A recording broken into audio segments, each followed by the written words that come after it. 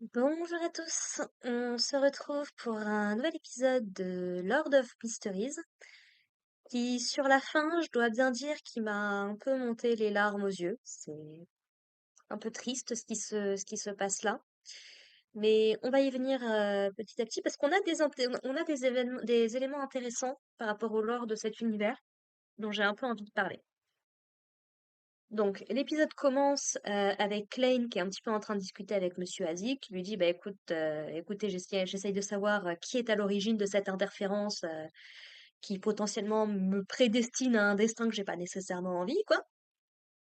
Et il va du coup demander un service à Monsieur Azik, c'est-à-dire de faire apparaître un petit peu des spectres un petit peu partout, de prendre notamment pour cible l'église de la nuit éternelle, qui est l'église dont dépend l'ordre des... Alors, ils seront plus appelés les faucons noirs là dans, enfin les faucons de la nuit dans la traduction, ils seront appelés les noctambules, mais peu importe.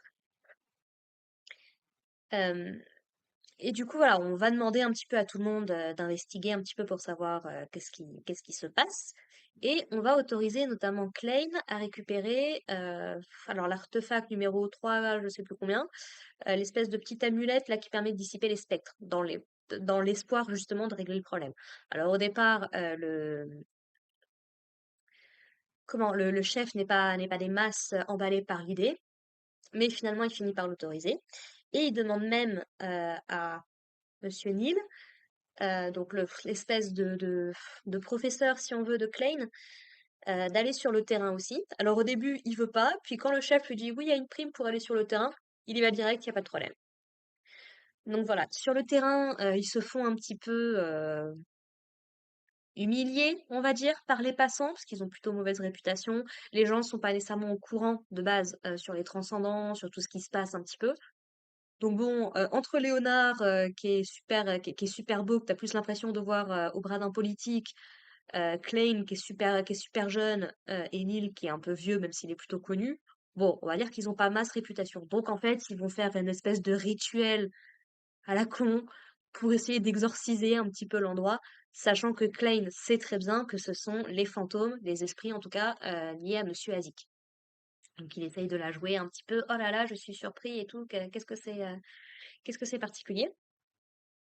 Et donc voilà, tout se passe plutôt pas trop mal à ce moment-là. Et puis ils vont trouver Alfouane, je crois que c'est comme ça ou Fouane Al, je sais plus comment il s'appelle, un des gars qu'on avait déjà rencontré lors de notre émission où on cherchait Monsieur Bieber, donc le descendant probablement du clan Antigonus, qui du coup fait partie des châtieurs. Donc on le rencontre déjà un petit peu au début de l'épisode dans le bar, il est en train de discuter un petit peu avec Monsieur Neil, il parle un peu du passé, ils sont à fond sur l'alcool et tout. Et on le retrouve également au niveau du port, puisqu'il est en train de filer la jeune femme enceinte, donc Mérocé, je crois qu'elle s'appelle, qui porte l'enfant de Monsieur Lavenus, et que je suspecte très grandement d'avoir un bébé démon à l'intérieur du corps. Et il y a pas mal d'éléments dans cet épisode-là qui me laissent à penser qu'effectivement, ce serait pas déconnant, quoi. Voilà.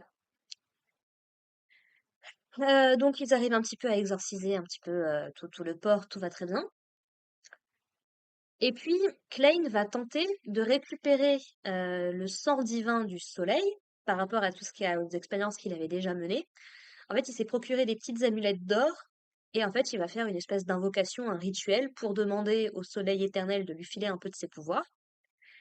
Et on ne sait pas si c'est lié ou pas, mais t'as l'impression que le soleil, il clignote l'espace d'un instant, quand même, tout petit peu.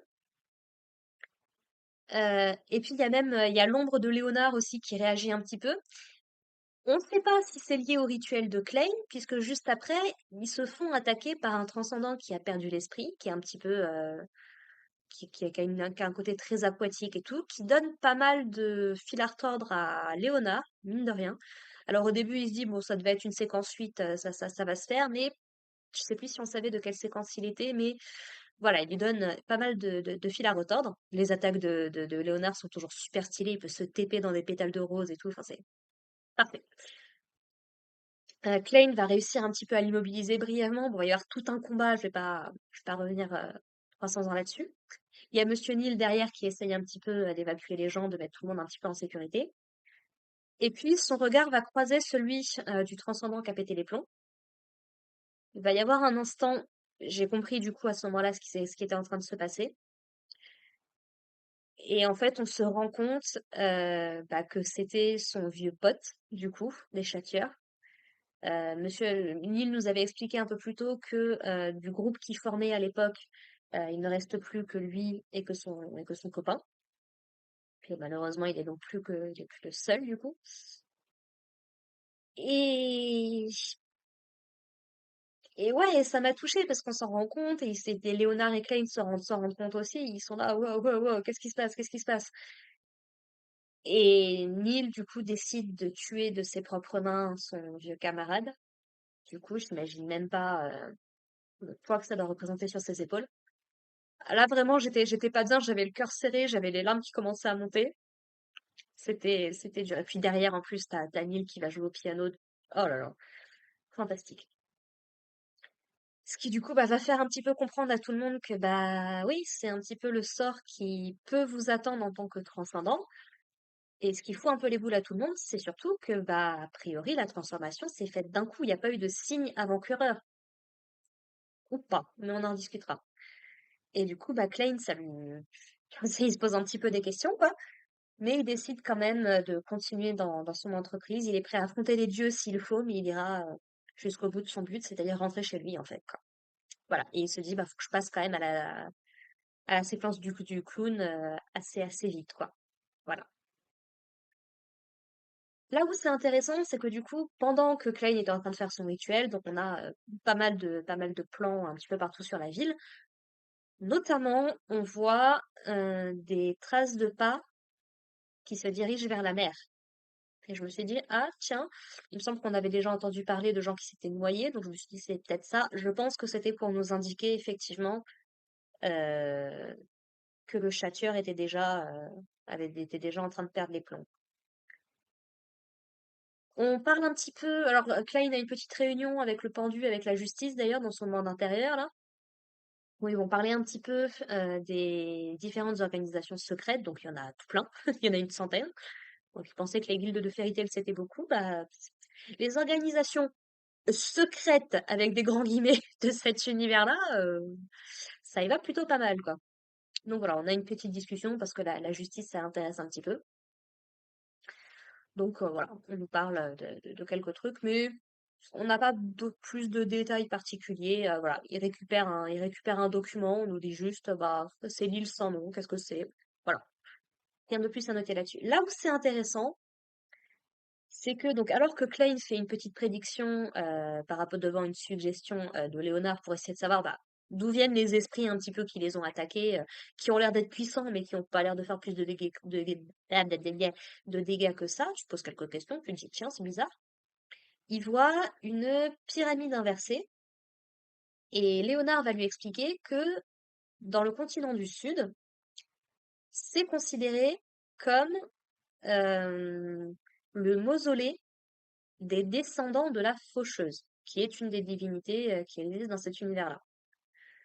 Je crois, il me semble que c'est le pendu qui nous dit que ce culte-là est apparu à la 4e ère. Et du coup, il y a un gars avec qui ils vont travailler brièvement dans cet épisode-là, qui va dire que apparemment la faucheuse ou un descendant de la faucheuse, je sais plus très bien, avec la démone dont on a déjà parlé un peu plus tôt, serait peut-être responsable d'un truc qu'on appelle la pâleur. Je sais plus ce que c'était. Et du coup, Klein fait le lien avec Monsieur Azik, puisque donc lui, il est sorti des cadavres comme ça, et il a ce côté je vis très très long et tout. Honnêtement, je me demande si ce serait pas la faucheuse lui-même, hein. C'est juste un descendant. Mais bon. Parce que bon, le squelette géant, machin et tout, bon, la question se pose, quoi. Voilà. Là où c'est intéressant, c'est qu'effectivement, bah oui, si Monsieur Azik est au moins descendant de la faucheuse, son fils aussi, et on lui a piqué son crâne, qui a été utilisé dans un rituel impliquant une femme enceinte, et donc de la résurrection. On en sait un petit peu à voir où je veux en venir? Et si effectivement, comme je le pressens, cette femme enceinte, c'est la jeune Mérocé, bah, si elle effectivement elle a un espèce de bébé démon dans le bide, venant d'un gars qui était déjà en lien avec un culte, qui veut réveiller une entité, le faux, le vrai créateur, machin et tout, et potentiellement, parce que je crois que... Tic, tic, tic, tic. Oui, parce que ce groupe-là, c'est eux qui sont liés à Bieber, qui était du clan qui a priori est du clan Antigonus, et potentiellement, il y a peut-être un lien avec l'organisation de la démon, là. Donc, commencer un petit peu à voir d'où je viens. Donc, c'est pour ça qu'effectivement, c'est peut-être cet enfant ou cette femme enceinte qui a la capacité volontaire ou non, ça encore, ça resterait à voir, hein, euh, de déclencher la folie des transcendants. Puisque celui qui a pété les plombs dans cet épisode-là était en train de la suivre et qu'il n'y avait pas de signe avant-coureur. Voilà, je pose ça là, on en fait ce qu'on veut, mais j'ai le cerveau qui cogite énormément, quoi. Je veux savoir où est-ce que tout ça, ça part. C'est super intéressant. Et ouais, ouais, un épisode bien triste, et puis bah, j'ai vraiment hâte d'en voir plus, quoi. Voilà. Sur ce, eh ben, écoutez, merci beaucoup de m'avoir suivi. N'hésitez pas à me dire ce que vous en pensez dans les commentaires. Et puis, bah, on se retrouve la semaine prochaine pour parler de l'épisode 9. On est presque à la fin de la saison, dis donc. Je me suis pas renseignée s'il y en avait une autre ou pas. Je me suis dit, let's go. On va voir où ça va. Si ça tient déjà tout seul, comme ça. Et puis, bah, du coup, portez-vous bien. Prenez soin de vous, prenez soin de vos proches. Et puis, à la prochaine. Allez, bye les gens.